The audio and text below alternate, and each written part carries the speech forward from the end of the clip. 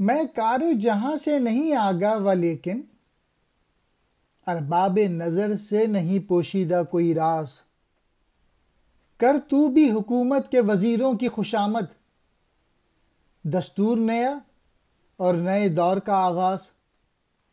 معلوم نہیں ہے یہ خوشامد کی حقیقت، کہہ دے کوئی الو کو اگر رات کا شہباز۔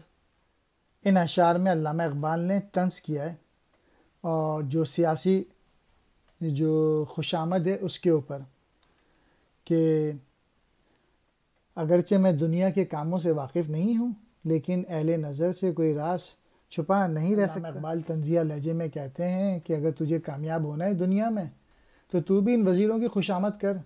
اب دنیا کا جو نیا آئین نافذ ہو گیا ہے اور نئے زمانے کا آغاز ہو گیا ہے، اور وہ کام نکالنے کے لیے آپ کو خوشامد کرنی پڑے گی، جس کی وجہ سے نااہل لوگ اوپر آ جائیں گے خوشامد کر کر کے، اور الو کو جو ہے وہ ایک بیوقوف سمجھا جاتا ہے۔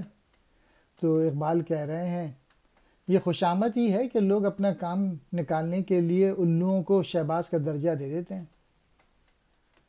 خوشامد کہتے ہیں چاپلوسی کو۔ کار جہاں دنیا کے معمولات، آگاہ واقف، ارباب نظر بصیرت والے، پوشیدہ چھپا ہوا، دستور قانون، آغاز ابتدا۔